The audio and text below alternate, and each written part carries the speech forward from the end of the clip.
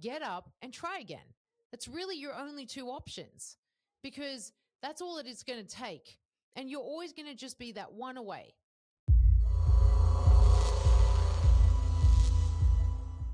So I want to share all of my journey throughout all of my surgeries because each surgery taught me something new. So today I'm going to break down what each surgery taught me because for those who have followed me, you'll know that I've undergone 9 surgeries. And in each surgery, it taught me something different. So through my experience, I can help you uncover what it is that you're going to need if you face adversities, if you face obstacles, whatever it is that happens. This is a true way that you can get through it because a lot of the time when things happen, shit hits the fan, I can assure you that if you have just some of these characteristics, you can truly overcome anything that comes your way. So a lot of the time we talk about this unstoppable or unbreakable mindset. To have one of those, you have to have specific traits. And I got the chance, I guess, to develop these more so through hardship, more so through obstacles. And I'm going to take you on the journey of what I learned after every single one of them. But I'm also going to share with you what each of them actually did for me and to me at the time. So I'm going to start with the very first surgery, which was when I was very, very young. I was in a head-on collision in terms of driving home from a family vacation. And then I actually hit head-on with another family when my family were going home. And we actually had a massive accident where I was on the left-hand side, and the way my body hit the side of the car, it did actually cause a little bit of damage. Now, it wasn't too significant to the point where I needed to go to the hospital and I was rushed, anything like that, but I did actually develop some cysts in my knee. Now, during this time, I didn't think much of it. I was young. I had more flexibility. I was athletic, so it helped. However, I still needed to go under a arthroscope. What that means is that they go in, they clean up the area, they take out anything that's loose, anything that's floating around. They basically remove it all, and then you are good to go within about 6 weeks. So I did that very first surgery. They removed the cysts. And from there, I was really young, so I didn't know anything other than how do I get back to my sport? So for me, it was all about getting back to doing what I loved doing. And so from there, I actually was going on a excursion is what we call it in Australia, where they take you to the bushland, you go walk around, you get to see the animals, you get to see the wildlife, and you get to just experience that. And I was climbing a tree and I fell out of the tree and landed on my right side. Now, being young and being a soccer player, all you care about is playing soccer. So if you hurt your upper body, you don't think much of it. And the reason why I share this with you is because I'm going to come back to this exact incident a little bit later when I talk about one of my surgeries. So it did cause some trouble in terms of how I use my arms, how I can actually utilize them later on. But at the time, my main focus was me getting back to my sport, making sure that I could play. I even played some games with my arm in a sling because for me, all I cared about was being able to kick a ball. So then I was actually fortunate enough to not have any major surgeries for a while. I went through majority of my career actually being injury free. I had overuse injuries, but nothing that really took me out of the game for longer than maybe 12 weeks. Everything else, I could really come back quicker. I could manage it. I could put some tape on it. I could just focus on actually staying the course. Now, it wasn't until I had this next injury, which was pretty significant. Now, where I'm from, the weather gets pretty bad and we get some pretty bad storms. So what happened is I was on my way to the training grounds, and at the time we were getting ready for a championship game. This was a very, very important season for us. We had been doing the best we ever had, and we had to be at training no matter what. Now, the storm was really, really bad, and usually we train on the outdoor fields. So it doesn't really matter. The grass can get wet, but these fields are very good. So they have to protect them a little bit. Now, because the weather was so bad, they moved us to the indoor fields. Now, when you're going on an outdoor field, you're using regular soccer boots with studs that are underneath them. When you're training on the indoor fields, the turf is much shorter, so you need a flat shoe. You need what they call indoor boots. Now, these are not the same as outdoors because at the end of the day, there's a different type of grip on it. So I didn't bring my indoor ones. I didn't realize that we were going to be moved last minute. Within minutes before we were about to start, they moved us to the field. So all I had on me was my studs, and I wore them anyway. And so as I went to play in our friendly game at the end, I found that I was blocking a shot, and I ended up rolling my ankle really badly. Now I rolled it more than what someone else would roll it if they were wearing flat shoes. This is where it can be very, very bad because the damage is much higher because you've taken your joint way beyond it needed to go. So the problem with that was that we also had a game 10 days later. And so I just figured I'll tape it up, I'll rest it, I'll ice it, I'll just do whatever it takes so I could play. So I continued to actually play regardless of what was going on my ankle. I didn't really care about that. For me, it was all about let me get back into the game. And little did I know that was going to cause other damage later on. And I'll come back to that for a second. But the main lesson that I learned just getting that injury is how preparation can matter so incredibly much. Because the reason is if you are unprepared, look what can happen. I didn't have that second pair of boots on me, and I should have. Now, as an athlete, you have to always be prepared because you just don't know when things can change, especially something that is outside of your control. Now, the next thing to that is basically I ended up doing the game. We won the championship, which was great. But then I went to see the orthopedic. The orthopedic said, yeah, you need to have a surgery. Now, you have to be careful because when you're playing professionally, who gets to decide what surgery happens, when it happens, and everything along the way, the details, then it becomes less on you and more on the organization. For them to save money, maybe what they'll do is they'll have you just do the basics, right? The bare minimum to get you good, especially if you may not be playing again after.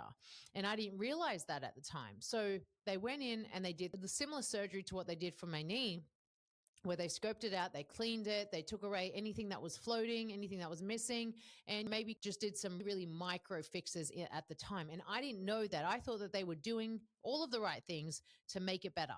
So I did my rehab and I thought, well, you know what? Everyone that has an ankle injury, they kind of get a little bit more unstable. And I just thought that that was kind of normal at the time. So I go back to playing, I did all the rehab, and I was back on the field. And so some years went by. I did have to tape it, I had to look after it. The next thing was right before I was thinking about my future in soccer, when I was going to retire, when I was going to finish it, maybe move to the next career path. I then had one of the biggest surgeries, which was when I tore my ACL. Now, this was a significant injury for me. The way that I was tackled, I actually fell into the 20% of people that get actually an ACL injury through someone else. Most of the time, 80% of ACL injuries are done on your own without anyone touching you. 20% are done through a tackle. So I was in that 20%. Now, of that 20%, I was part of the 5% of people that did the damages that I did. In other words, I had torn my ACL, my MCL, my meniscus. I had damaged a posterior lateral corner, which is like the very corner of your knee where it meets the creases. I had dislocated my tibia, which is my shin bone. I had just done so many different damages all at once, which really took me out of the game. And what I learned is how bad it can truly get. And when it's outside of your control, it kind of hits you a little bit harder. So the mental aspect is so much more challenging than if you had done it on your own and you're just a little bit maybe bad luck. So I went and did the surgery. I had to get it done. Now, I was fortunate enough to find an orthopedic surgeon that was willing to do the surgery fast, because if you don't, you run the risk of neural damage, which basically means that all of the nerves in that area, they're slowly dying. Some of them would have actually died already. So the fact that you wait any longer to get a surgery, you have less likelihood of getting that nerve supply back because of the blood supply.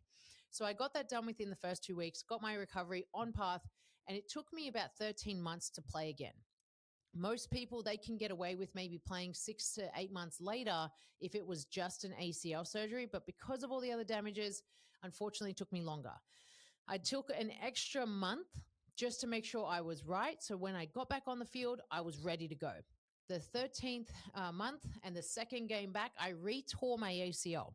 This was really, really saddening for me because I had thought that I had just gone through a pretty big ankle surgery, a knee surgery. I really didn't want to go through anything else. And at this point, I was thinking, well, maybe it's time for me to end my career as a soccer player. And I had given, at this point, 20 years of my life towards it. 7 years was professional. I had given so much to the sport. And what it gave me back was surgeries and barely being able to walk. So I retore the surgery, and this is what I learned in that second ACL is that sometimes you just got to ask more questions. Because here's the thing, in the first ACL, what he used was my hamstring graft. And if you're going to use a hamstring graft, it's not going to be as strong as if you were to use a cadaver or maybe a patella tendon or an Achilles tendon or something else. But we had used my hamstring. Had I told the surgeon, hey, I really, really enjoy high intensity training. I really enjoy a lot of sports. I want to be able to do more. So please make sure you're using something that's going to be able to handle what it is that I want for myself in my life. Now, it's hard to think about that because when you're in the moment, you're emotional, you're mentally not fully there. You're not thinking about the future. You're thinking, get me right now. And I should have been looking forward and asking questions. What are you planning on using? And thinking more about, hey, this is what I want for my life. Can you make sure that I'm able to do this?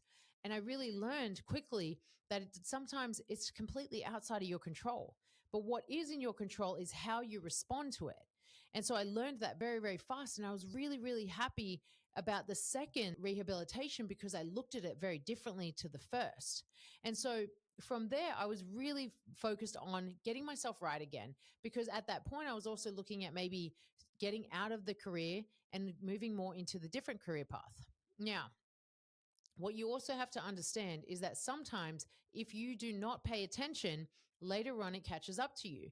So as I move over to the States, I found myself going through the motions and I found myself really struggling a little bit with my ankle. Now, going back, remember they did the bare minimum to my ankle. They didn't do the full reconstruction. In my mind, I thought they did the full reconstruction, but they didn't.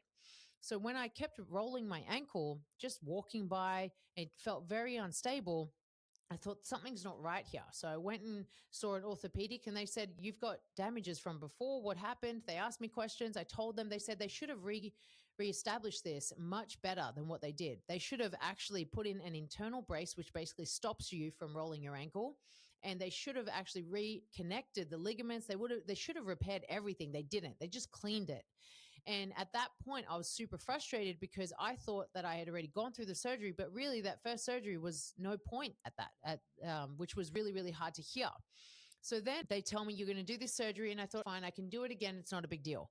I didn't realize how big this surgery truly was going to be. So what I did is I focused on the recovery point. Now I did the surgery and this surgery was huge. The amount that I had to go through with this, I couldn't walk. I had to learn how to walk again. I had to learn the bare minimum and the basic functions that I had lost for so long. So then I did my ankle surgery. Now, at this point, if we just recap, I've had a surgery on my left knee from the car accident. I've had a surgery on another two surgeries on my knee because of the ACLs, the surgery on my ankle to start. And now this is the fifth surgery to try and help what wasn't fixed in the first place. So 5 surgeries at this point. So I recovered from my ankle. And now I'm going to go back to that point where I fell out of the tree and I struggled with my right side because as I was doing all of these lower body surgeries, I was doing a lot of upper body training because I didn't want to stop the gym. So you'll find that when you start to do more of something, maybe some of your flaws come out, maybe your compensation patterns come out. But what I found is my right side was never as good as my left side. My range of motion wasn't the same. The strength wasn't the same. I didn't know what was going on. So I went to every single avenue. We're talking physiotherapy. We're talking osteo. We're talking massage, everything. I tried all of these rehab protocols. I had tried acupuncture. I had tried everything out there to make my shoulder have better range of motion. I did yoga for a long time. Nothing helped. So then I went and saw an orthopedic again. And he had said, hey, you've damaged this at some point, haven't you? And I told him about the time I fell out of the tree. Now, there is a very specific joint called the AC joint. It's basically where your collarbone meets your shoulder blade. Now, at this point, there needs to be some space there so that every time you lift your arm, the space actually stays. My space was so short that it felt like it was pinching every time I went overhead. So a lot of the time people will say, oh, you've got impingement. And that's essentially what I had, but I had it all the time. There was no space whatsoever. So I asked him, well, what can we do? I don't really want to go and repair it. Is there other damages? He had told me that, yes, there was a labral tear as well. but it didn't matter if there was a labral tear because I could probably get away with it with a strong rotator cuff, which is the back of the shoulder. And I said, well, I've done a ton of that. That's pretty damn strong. He said, the other thing is that we can shave down your collarbone and that'll create space. So I did that surgery. And the fortunate thing about that, it was a short recovery. It was about 6 weeks and I was okay with that. So then that was surgery number 6. Now, at this point, it had been a good amount of time between my surgeries. My knees were feeling okay. My left one started giving me some trouble. My ankle was actually doing really, really well. But what wasn't going well is that sometimes my knee would just feel like it was thickening. In other words, there was a lot of swelling coming to the joint. And by this point, there had been about 5 years since the surgeries. Some of it was on and off. And so I went back to the surgeon and I asked him, why is it constantly feeling like it's swelling up after I do certain things? And he said, well, sometimes that there are little pieces of scar tissue floating around because 2 surgeries back to back that can cause that. So then I went in again, I did another scope on that knee, which is now surgery number 7. And this was a quick surgery. I was back on my feet within about 8 weeks. But again, it slows you down because you have to remember that every time you have a surgery, you atrophy significantly. So even though I'm back on my feet, it's probably an additional 6 months of me doing a lot of strength training to get my strength back to where it needed to be.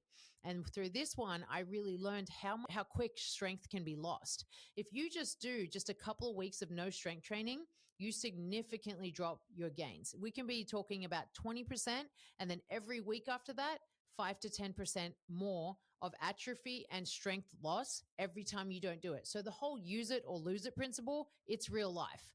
And so I'm 7 surgeries in and I'm like, I don't want any more. I'm good. I'm done. I'm just going to prioritize making my body as best as it can be, making it unstoppable. The harsh reality is that 5 of these surgeries were actually soccer related. And the other 2 were really just me being a kid. So I didn't really think too much of it at the time because I thought I'd given so much to the sport, but I didn't realize how much damage was actually being done to my body. But my identity was in the sport. I didn't realize that I'd lost myself completely in it. I didn't care about my body. I only cared about playing the game. And that's where my passion lied. That's where my purpose lied. That's all I cared about. And so then I come onto my bike. I love riding my bike. I'm riding home. I'm doing what I need to do. I'm about a mile away from my house and I get hit by a car. As I get hit by a car, I get flying off. I land on my right side, and a lot of my right side is very damaged. We're talking about my shoulder, my neck, my hip, my knee, my ankle. Everything just got hit. Now, the good thing is that this was technically my better side-ish in terms of my knee, but it wasn't my better side for my ankle. It wasn't my better side for my shoulder. But I had learned to strengthen that side during the process. The bad part was that whenever you have impact, something significant like that, and maybe you don't necessarily break anything, which is almost sometimes better, you actually have something called bone bruising. And when you have bone bruising, it takes a very long time to heal. And the hard part is that you get this niggly pain and it just never goes away. It's just always there. It just truly feels like a bruise that never heals. And that's exactly what happened to me for 3 years. For 3 years, I had a pain in my knee. It didn't matter what I did to make it right. It would not work.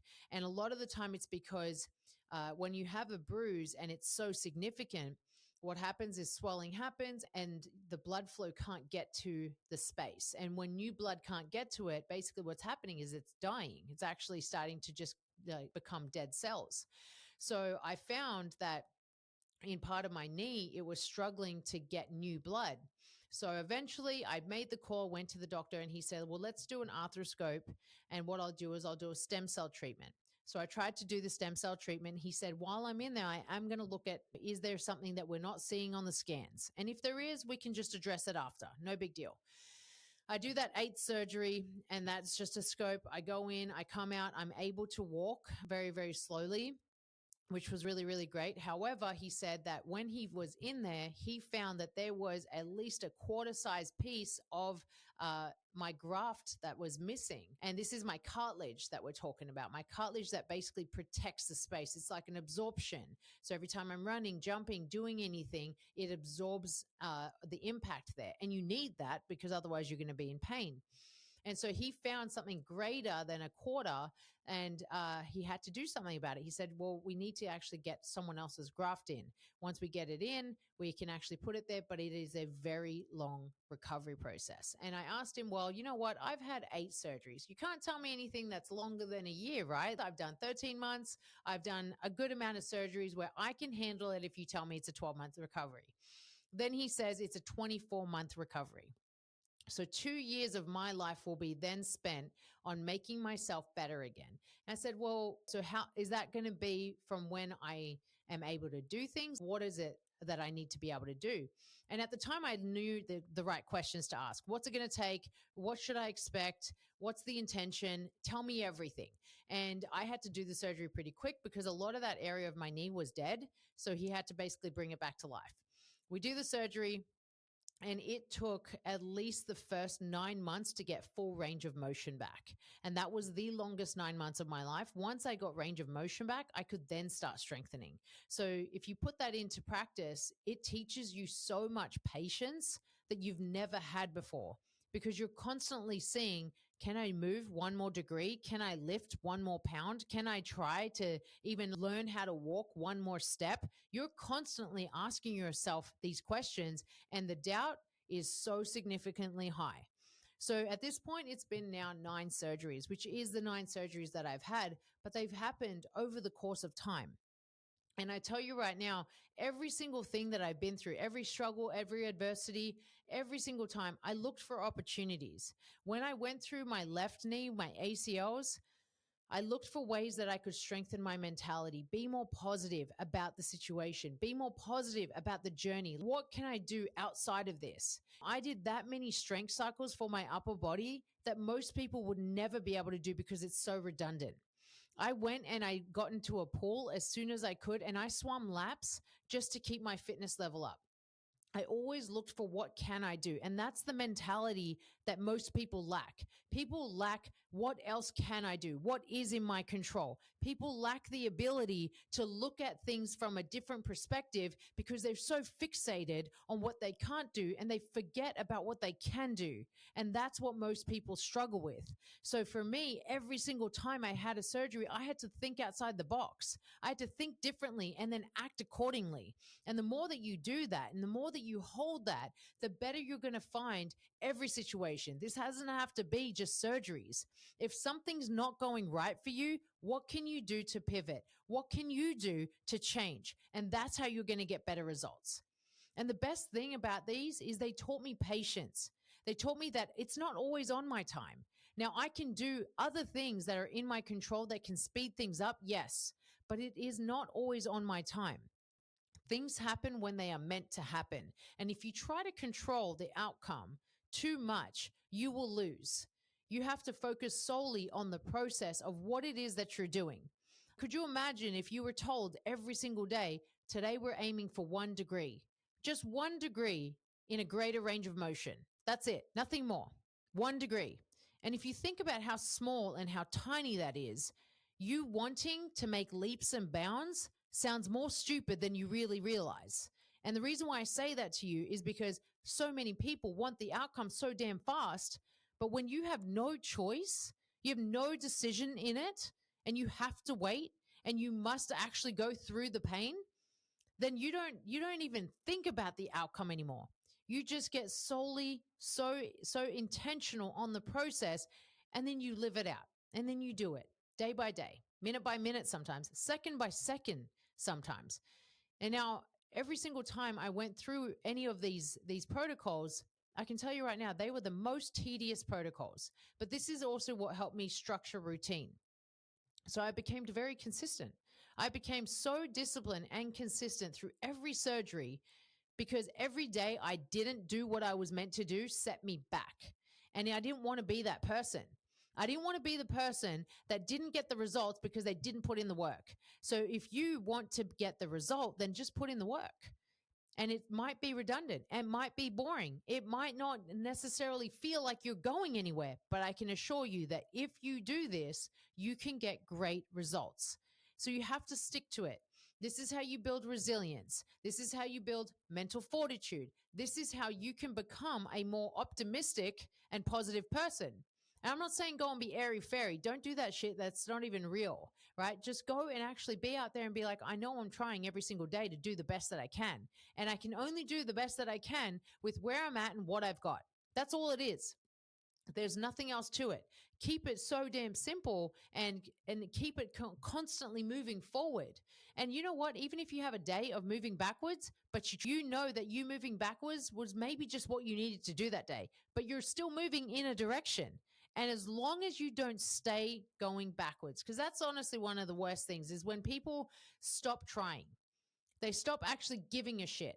They stop caring. You have to start caring a little bit more. You got to care about yourself. You got to care about what you want. You got to care about the journey and the goals and the results and the process and the people. You have to care about it because when you do, you're going to put more effort into it.